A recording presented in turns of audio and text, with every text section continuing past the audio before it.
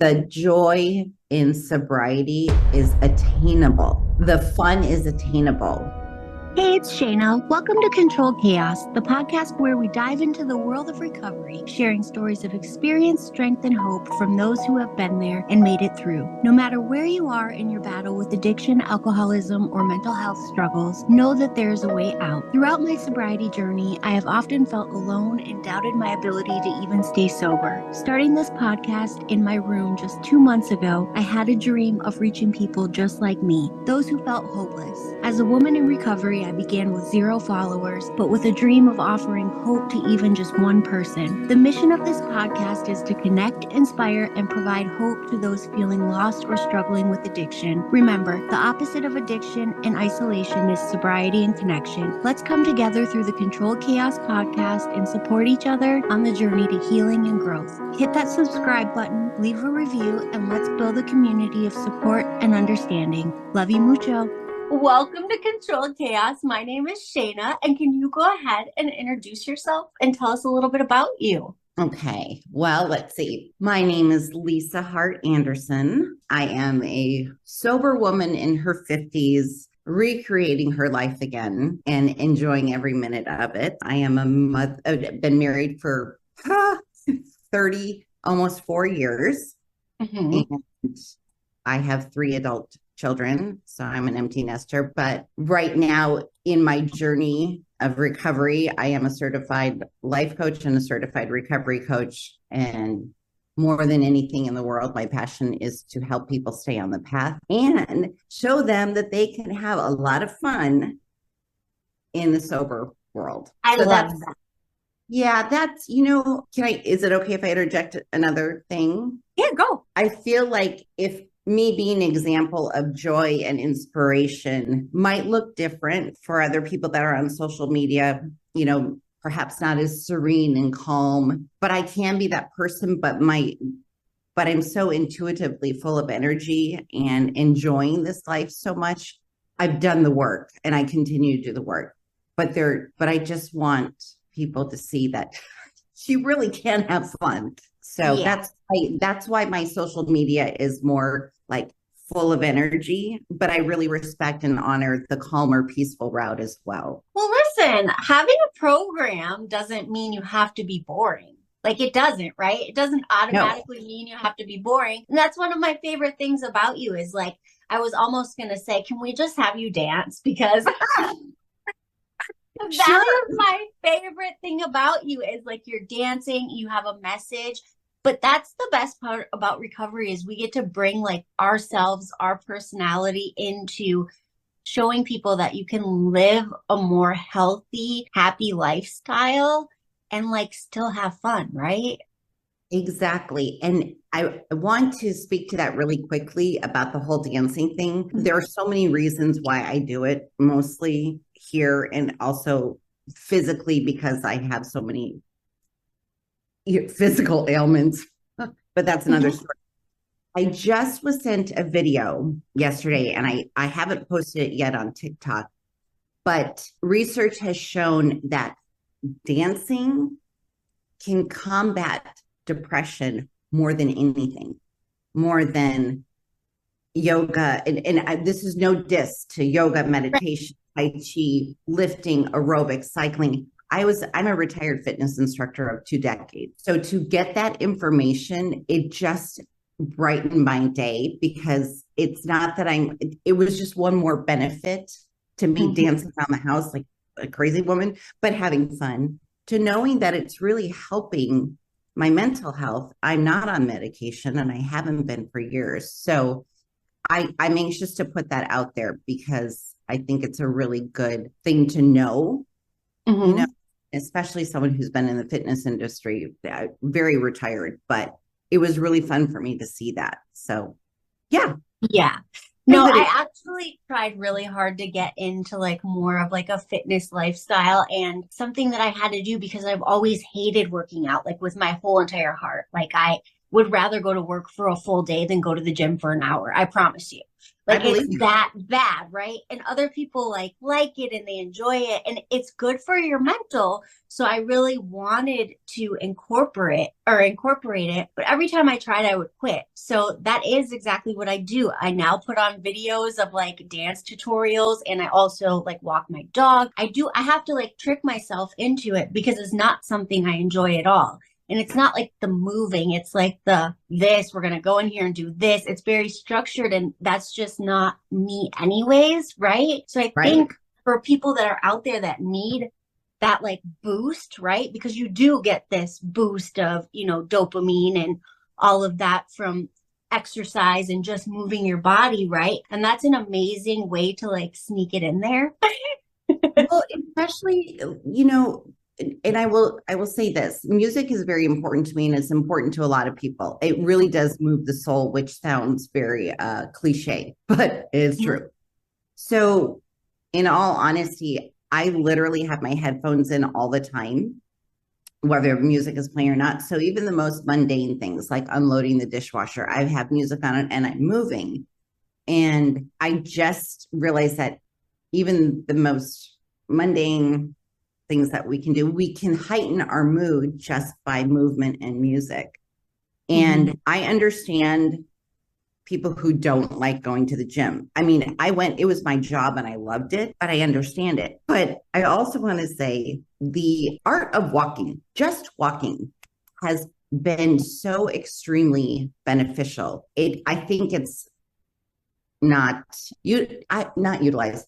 I don't think there's enough emphasis on walking. And I'm a prime example of how good walking is for you because I lost a lot of weight when I started just walking again.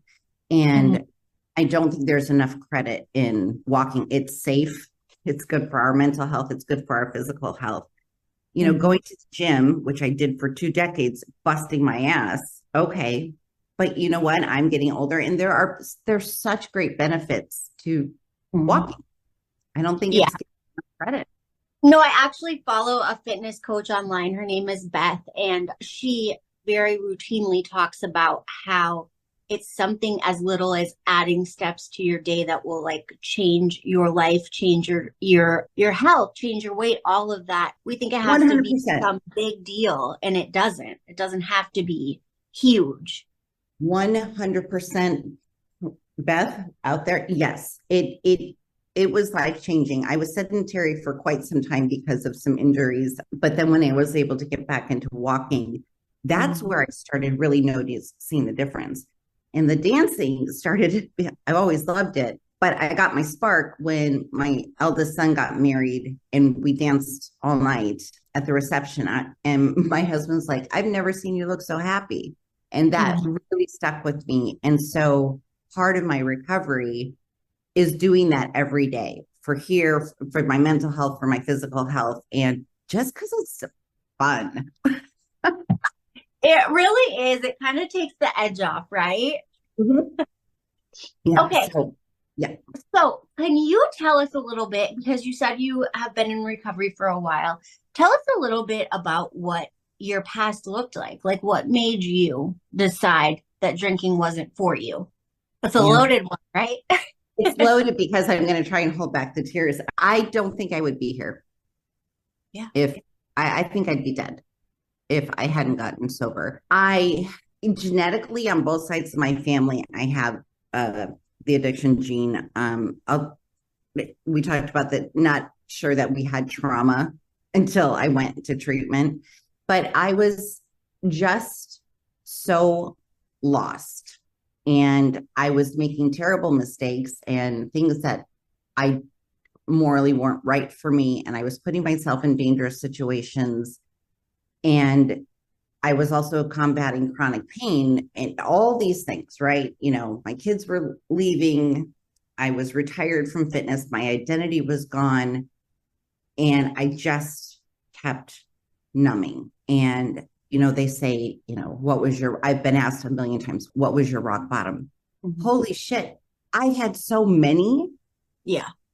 Too many to count. Have I gotten a DUI? No. Did I ever get into an accident? No. But what was happening is I could tell that I was just going to drink myself to death. And I woke up one morning and I called my therapist and I said, I need to come see you. Now, my therapist was not an addiction therapist. Mm-hmm.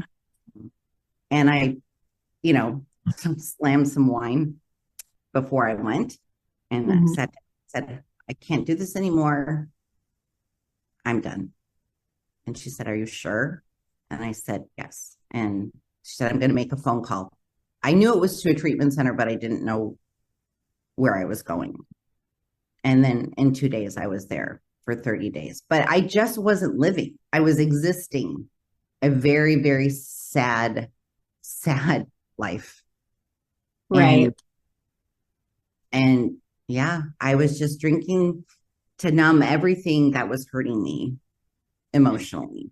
So for you, it was something that kind of started when you got a little bit older. Well, yeah, I would say that I always loved to party. I partied a lot in college. I always enjoyed drinking. And I've been asked this before, but because I have chronic pain, I realized that drinking a bottle of wine and I was just like, wow, I don't feel the pain anymore. Mm-hmm. And it just got progressively worse. And I would say mid-40s was when I was on that spiral of destruction. There was no way I was going to turn it around unless I got help. And I knew I needed help. And I think I kind of want to speak to that for a second about chronic pain, because I think something that a lot of people don't realize right now, and especially for people, and I'm not saying you're in the older community, right? But for people But for people in the older community, I'm hearing a lot and finding out a lot that because of what's going on with medication and prescriptions and things like that, that it is very hard to get medication for things that are ailments to you. And people are starting to use alcohol as, a substitute, as pain relief and things like that. And it's starting to get out of hand in that way for people. Can you kind of speak to that a bit about how that a problem, right? You just nailed it, because that's what I think is happening. And I'm an example of this. So in the in my 30s is when this pain thing started. I didn't know much about prescription drugs, thank goodness. Right. And I didn't ask for them. This has been over 20 years. So when I started drinking the wine and getting rid of the pain temporarily, I was like, oh, okay, this is great. Now, fast forward, I'm sober. I'm still experiencing what I do physically every day. And to have a doctor believe you that you need help because you are not functioning. 2 doctors turned me down when I was asking for some assistance with medication. And I left both times crying because they're like, we can't. And I respect that. I respect the medical professionals that say we can't, because they have to protect themselves when it comes to opiates, right? Mm-hmm. But what's happening is making it very difficult for people to navigate pain. And what you said is true. Some are going straight to alcohol. And I'm an example. Yep.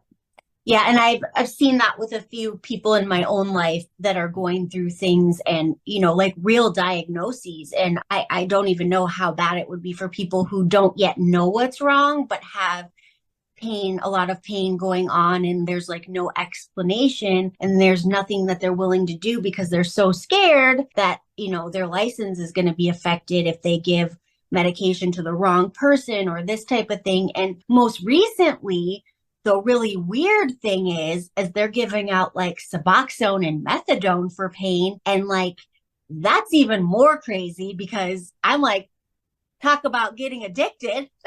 Talk about getting addicted. That don't make any sense at all. But it's just I don't know enough for at. I don't know enough about Suboxone and methadone.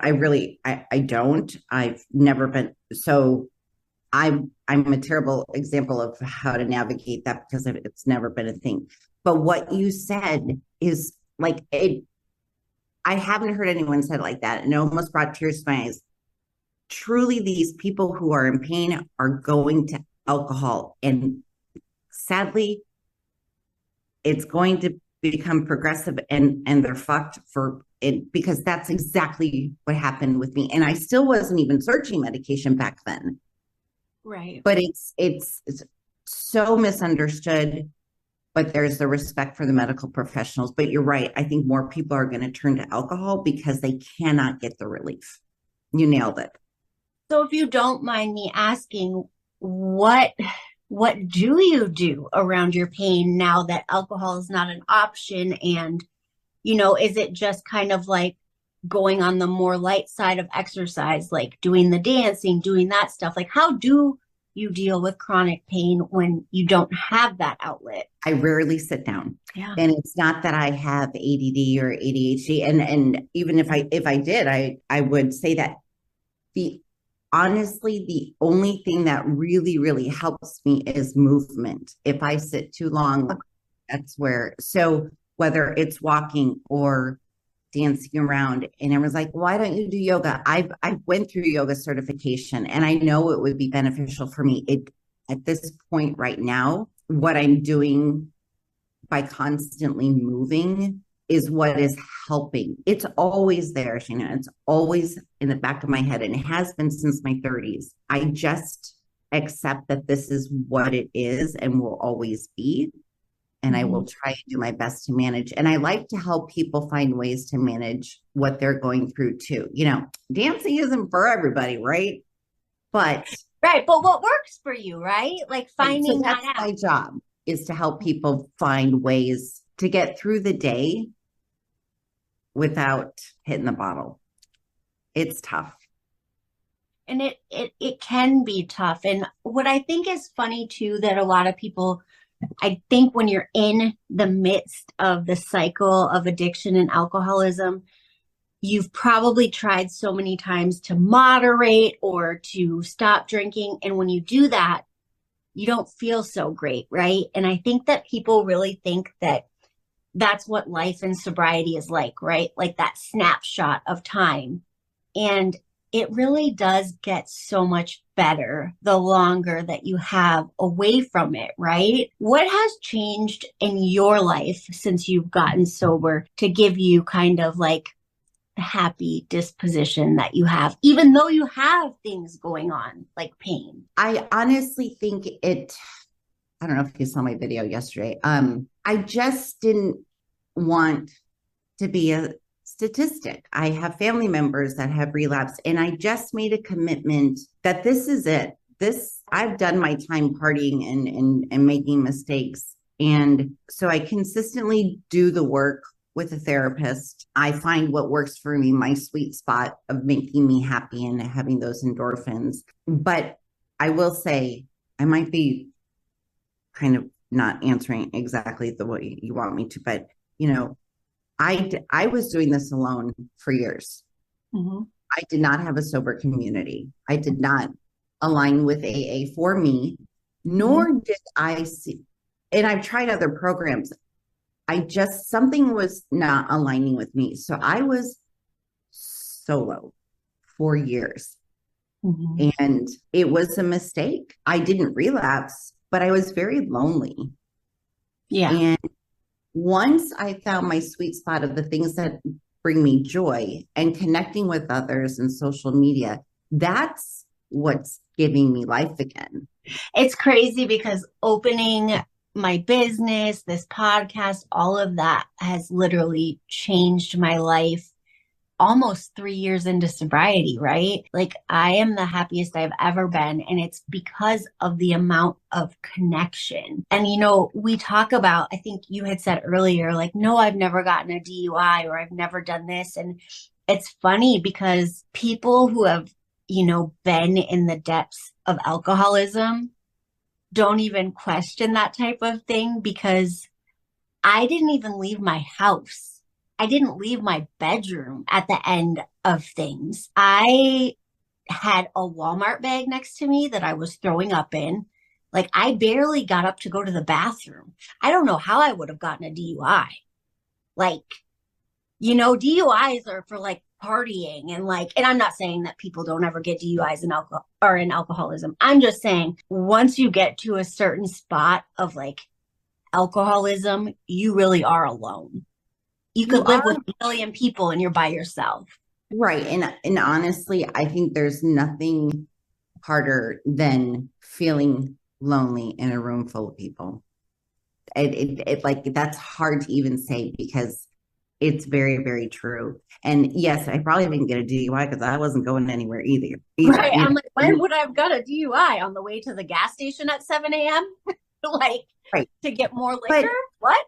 No. I mean, I have hurt myself. I have fallen and more than once, but not enough to do major damage. But regardless, I mean, it's just, the opposite of addiction is connection, right? And I was solo for so many years navigating it and I was doing okay, but I didn't realize how lonely it can be without connection of people who are in the same world. And it has brought new life and giving back. The coaching part and giving back is definitely has lifted all those things, all the good things. So we kind of talked about that AA kind of wasn't your thing and you tried a few other programs. So what do you practice? What are your practices to stay sober? Do you have a program? Do you just kind of wing it? What is it that you do? What keeps you sober? What keeps me sober is my commitment to myself and my family and doing the really hard work in therapy. And here's the thing. I think the hardest part of this is losing people. I have lost so many people in my life when I got sober. And I know that comes with the territory. And that and being misunderstood has been the most challenging thing for me. I used to have a ton of friends, such an extrovert. But I realized that this is the way it goes and it breaks my heart. But I just keep putting one foot forward because I'm enjoying my life so much, even though the work has been really hard. I don't think about alcohol. And I just was like, why would you fuck this up? Yeah. This is why. And I think that's what's kept me no particular program except consistently in therapy and consistently giving back as much as I can and sharing my story and making the connections. Those are the things that are keeping me sober. And I'm damn proud of myself. Yeah. You know what I actually find very funny, and I was just thinking of this when I was listening to you say what works for you, and it's kind of like a mix of dancing, your therapist, like these type of things, right? And when I look at it, so what things come to be in the rooms are not exactly what is written in the big book, right? And in the big book, it talks about like you can use a sponsor, or you can use a therapist, or you can use your priest, or you can use your best friend. Like these are the people who help you to talk through things and figure out like what changes you can make and talk through, things that have been hard in your life and this type of thing. And I find that no matter how many people I talk to, we all do a mix of the same things and call it something different. And it's so funny to me because there's real arguments over, I don't like AA. I do like AA. I don't do this. I do this. And when you really listen to what people are doing to stay sober, 100%, there's like 3 key things that everyone does. I can't agree with you more. I will say this. My therapist is a big AA person, right? Mm-hmm. And she knows it doesn't work for me. She said, but Lisa, you live the life of someone who's in AA. You just don't go. And I was almost surprised by that, but that is parallel to what you're saying. 100%. My husband, we actually met in AA, and he always would tell me, because, I would always consider myself a 12-stepper. My career was in treatment. So I learned all about the big book and the 12 steps and blah, blah, blah. And he was really into like the meeting parts and talking to people, but he was always like, I've never had a sponsor. I've never worked the steps. And I'm like, no, you literally do the steps all the time. You just haven't sat down and did it this way, but you actually live the principles that are made in the steps. And that's what I see with most people. And it really comes down to, I think, the way we learn and the way we process things, like what works for you, right? And it's just funny to me because there really is like body, mind, soul. That's what being sober comes down to.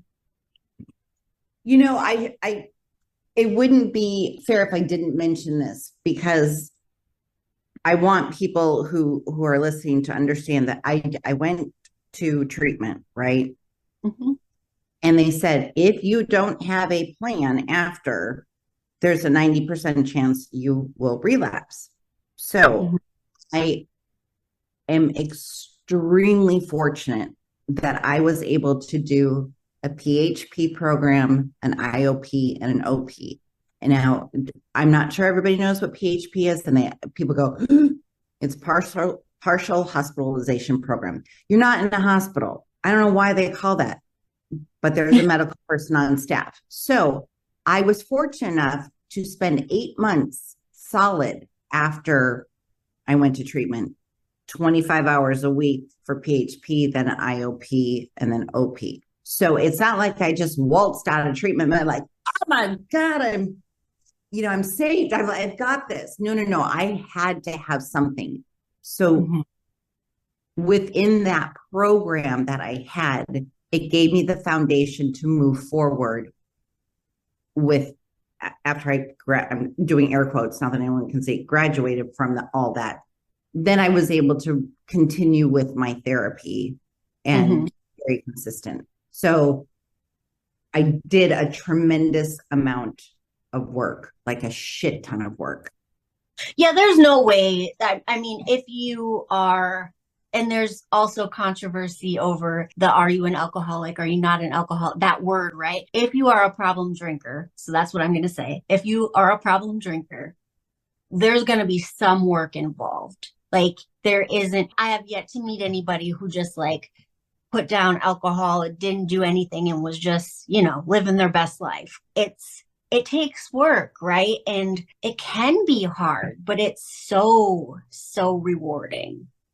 It's very hard to peel back the layers of your life and the going back to your childhood and having to revisit things that you just kind of accepted, and then realizing that was not acceptable, in those, especially those formidable years. And I don't blame my parents. They're both gone. I feel like the deck of cards I was dealt was not great. And especially when I was very little, and now it's my job to heal from that and to stay sober while doing so. Right. And I think that a lot of times it's like when stuff happens to you, it's like, it's not your fault, right?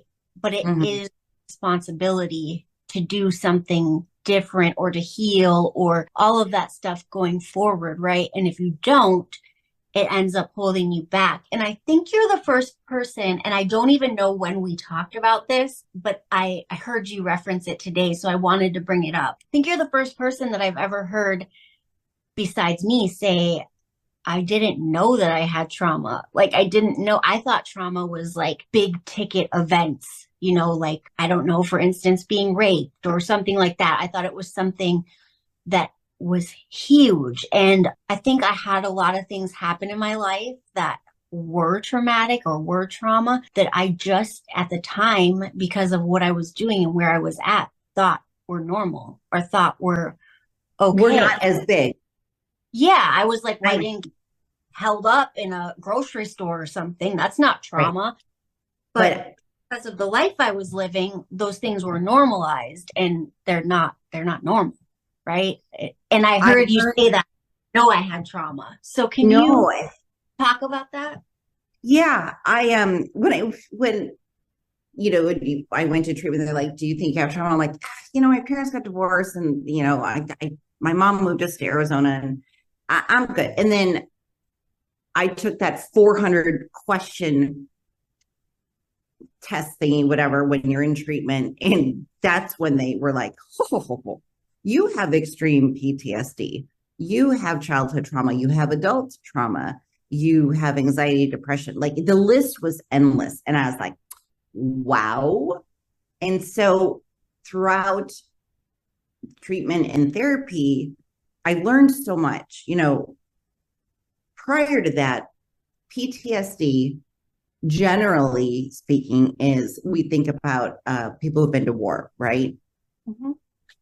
And the example is this: you have two people that go to war, they see the same thing, they experience just awful, awful hardships of war.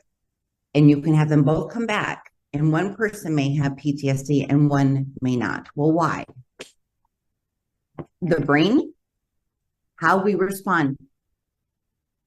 So it's a physiological thing, right? And speaking to like sexual trauma, I have sexual trauma, but I've never been raped. So I dismissed it. Right. But And I think I was just, when you said about the PTSD, exactly that, right? I thought you have PTSD if you went to war. That's it, right? No, I was diagnosed with PTSD like a few months ago, and I was like, what? right. Like, I really It's thought so misunderstood. Yeah. It's a physiological response. It's not the event, it's how the body responds to the event. And it shows up later in life when there is an experience that may not be anything relatable to what it was in the past, but you have that physiological response. For me, it's in my gut, my knees start to get a little bit weak, and I'm scared, right?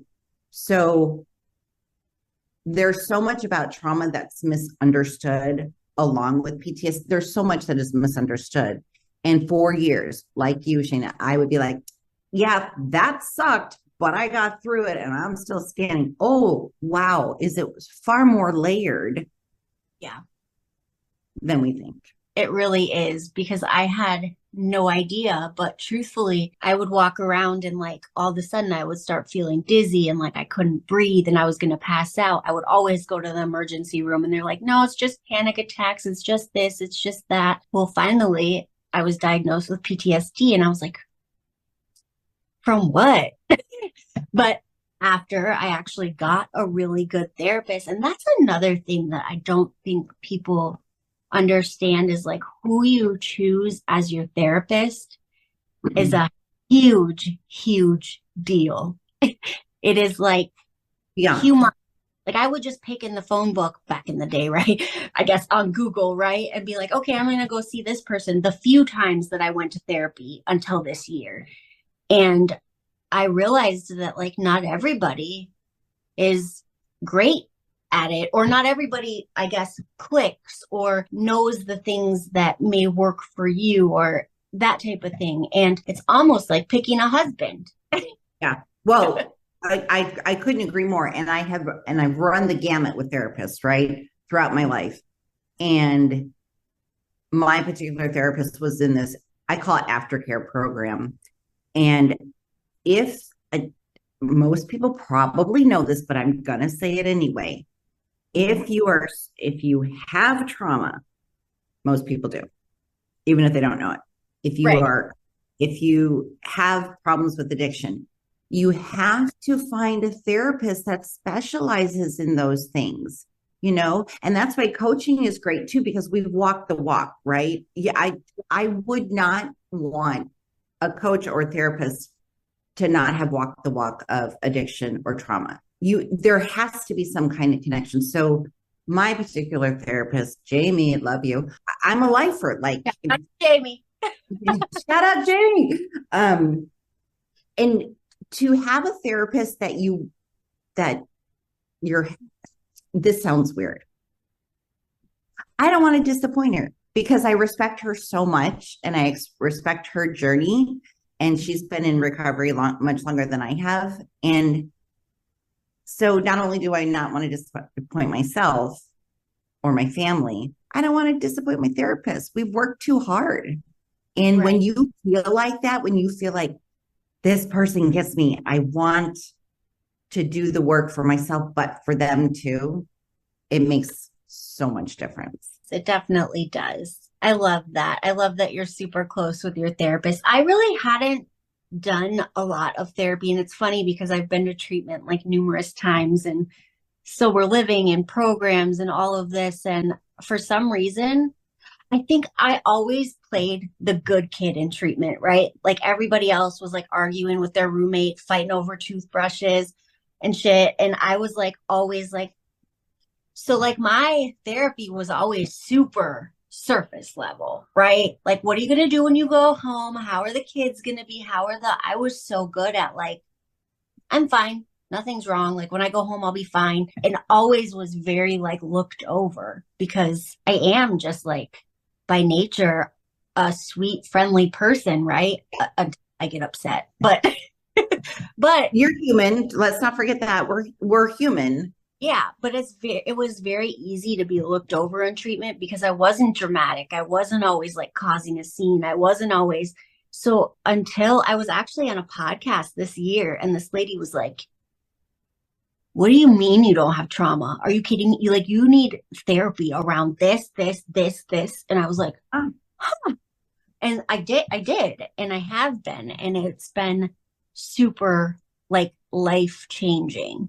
So I can't even say how much, and I'm sure for you the same way, how much the longer I'm in sobriety, things continue to get better. Right. And I think another thing too is when you find the right therapist, and I will do this. I think therapy and coaching are a great marriage for someone who is in recovery, if it's possible, right? Because therapy is a lot of healing from the past, and coaching, as you know, is moving forward, right? So the marriage is beautiful if it's possible for somebody.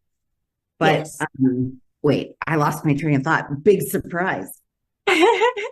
Sorry about that. I believe that as much as I have learned and continue to learn, one, I share it with as many people as I can. What's helped me in my recovery, the longer that I've learned, or the more I've learned, is that I'm able to connect the dots of why I want to say bothered or triggered, not triggered to drink, but why am I having that physiological response? The more I learn, the more I can connect the dots and go, oh, okay, this reminds you of this. It's not happening anymore. You're going to be fine. That's the simple version. So as a friend, as a wife, as a mother, as a coach, I try and help people connect those dots as well, and then help navigate how to get through those things. Connecting the dots is really important to me now. Yeah. Finding the reason why I was so, I'm just going to use the word bothered by an experience or a situation, really, really checking in with myself. And you're able to do that when you're in recovery. You're able to go, because when you're drinking, you can't check in with anything, anyone, or So I watched a video of you dancing, of course, the other day, dancing with your husband. And I knew immediately that I was going to ask you about this. Oh boy. You've been married for a long time. And clearly he was like just going on about his day while all your shenanigans was going on, right? And it was so cute. What has your marriage, your relationship, your husband, what has that been for you and your recovery? I'm pausing because this is a tough one. Hold on. Sorry. Okay, fine. This is where you're going to get all versions of me. You'll get the vulnerable, you'll get the silly, and you'll get the informative. But well, it's not super easy conversation. Let's just put that up. Right? No, it's not. Put your whole life into 1 hour. Right. I had created a lot of destruction in my marriage, definitely a sabotager of all the things in my recovery. And I had talked about this a long time ago. I thought it was my job to make everybody comfortable around me that were normal drinkers. So, my children are older. They drink. My husband drank in front of me. And I just thought it was part of what I was supposed to do. But what happened over the years is I was getting so resentful that he was just doing this. And I needed him to check in. And so the first few years was very, very difficult. And I believe wholeheartedly to any treatments that are out there, there should be a class for people to navigate what it's like to go home when the spouse is a normal drinker. How do you navigate that? I think that's missing. I do. So it was a very, very difficult first couple of years. He had some bad luck with therapists. And so he wasn't doing the work for himself. And he has a lot to deal with too, including me. So I was growing and learning, and he was staying here.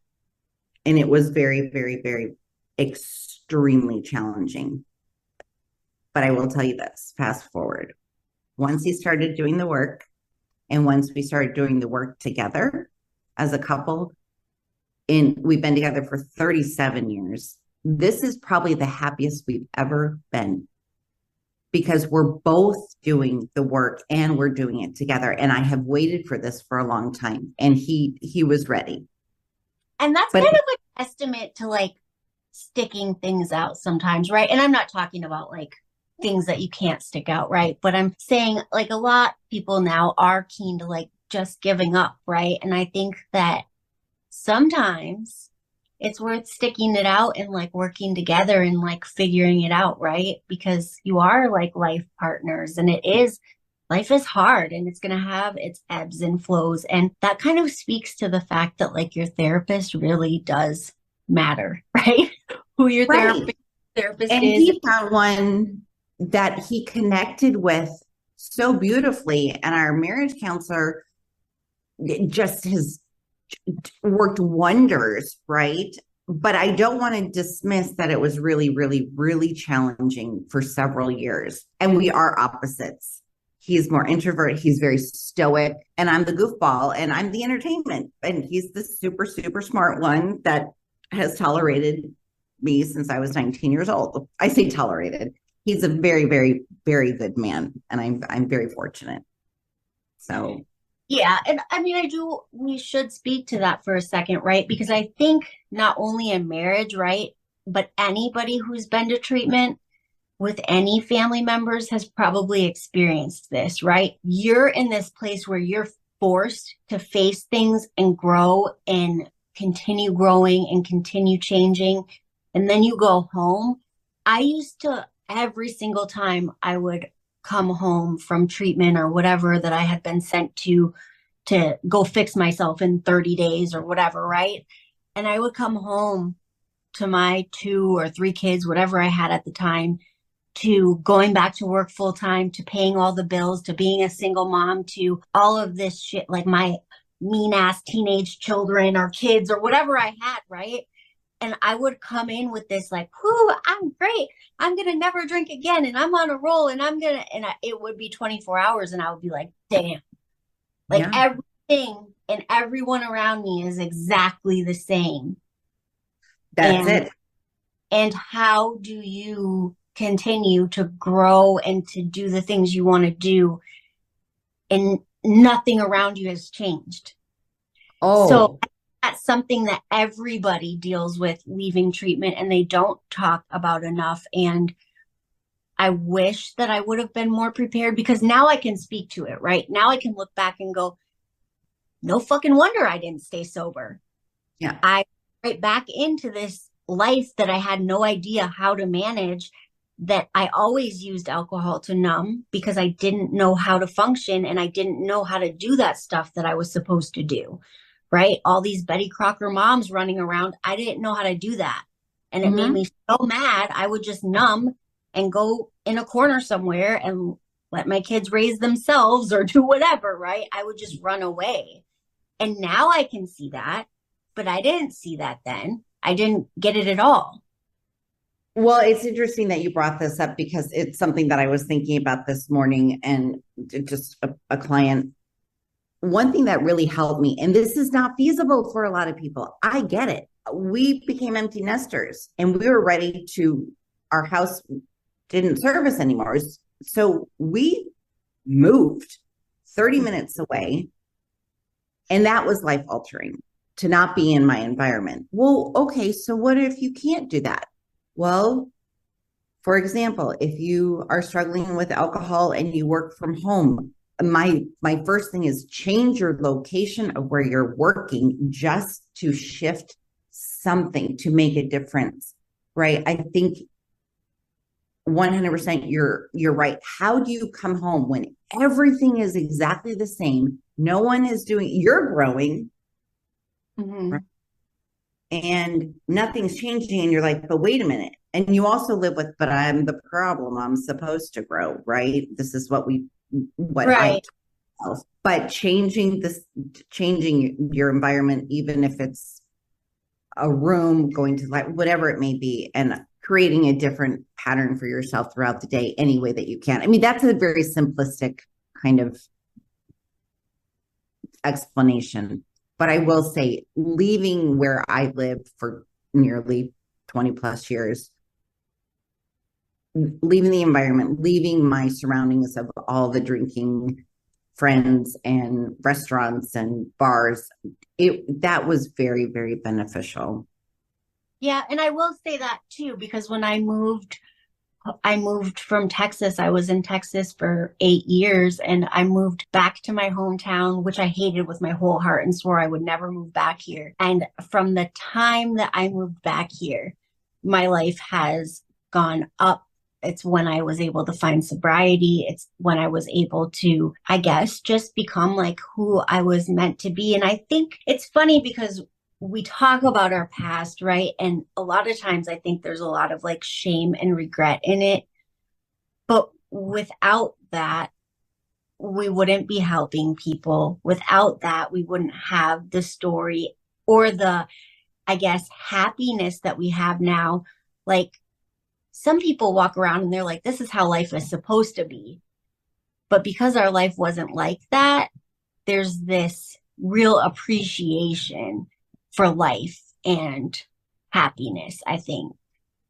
Well, I was at an AA meeting when I first got out of treatment, and I was with a group, and one person, and I'm sure you've heard this, I am grateful that I was an addict or that I had an addiction. And I was like, or an alcoholic, whatever the word was, right? And I was like, huh? Come again? Like in my head. But then What? but I totally get it. My childhood, my trauma, my addiction has allowed me to become a person that is accepting, that no judgment. I'm grateful for how I turned out in recovery based on the garbage and the shit and all that stuff, because I feel like I'm a very open-hearted person with a lot of compassion and a lot of empathy. And I think people in recovery really do have that. It's not just me. I think we have it on a level that is magical. Right. Based on It's almost, yeah, it is. It is. It's magical. And like, what's crazy is like the women in my life, including you, right, are all that way. And that's because we have this like common, you've seen so much, you've been through so much that people don't understand that you're never going to look at somebody and be like, what the hell's wrong with you? Like, I don't no, understand because I've been so misunderstood that I didn't understand myself. Right. So the chances of me looking at you and all your bullshit and being like, girl, I'm not going to do that. I'm going to be like, how can I help you? Right. Like what right. I do. And I And think that's nothing the best surprises thing. you, right? No story surprises you or makes you go, nothing. You're like, God, that sucks that you went through that. No judgment. You know what I mean? Like, I think that's kind of the beauty in recovery too, that you can hear a story that's so not your story and be like, I'm sorry that you went through that, just like you said. And I think the hardest, the other very difficult thing for me losing people is being misunderstood. Who is this person? Why, in recovery, we're constantly evolving, right? What worked maybe 3 months ago is shifting. And the people who stay and watch and evolve or watch you evolve and have the patience, those are the people that you can't let go of. Right. And they're far and few between. They really are. They go. All right, Miss Lisa. So if there's anything you wanted to leave our listeners with today, what would it be? Anything that you want people to know about recovery, about anything? Well, I would say this. You're right. It does.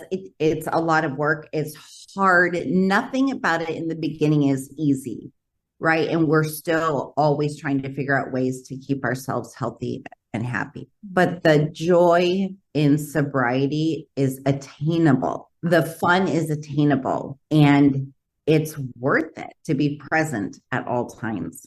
And I just want to help as many people as I can find them. I love that. All right. My social media. Follow me on Instagram at Controlled Chaos Coaching. What's your social media if they want to follow you? Heart to Heart Coaching. So it's HART, the number 2, HEART Coaching. I know it's kind of long, but that's the name of my business, Heart to Heart Recovery Coaching. And yeah, so thank you. And also on TikTok.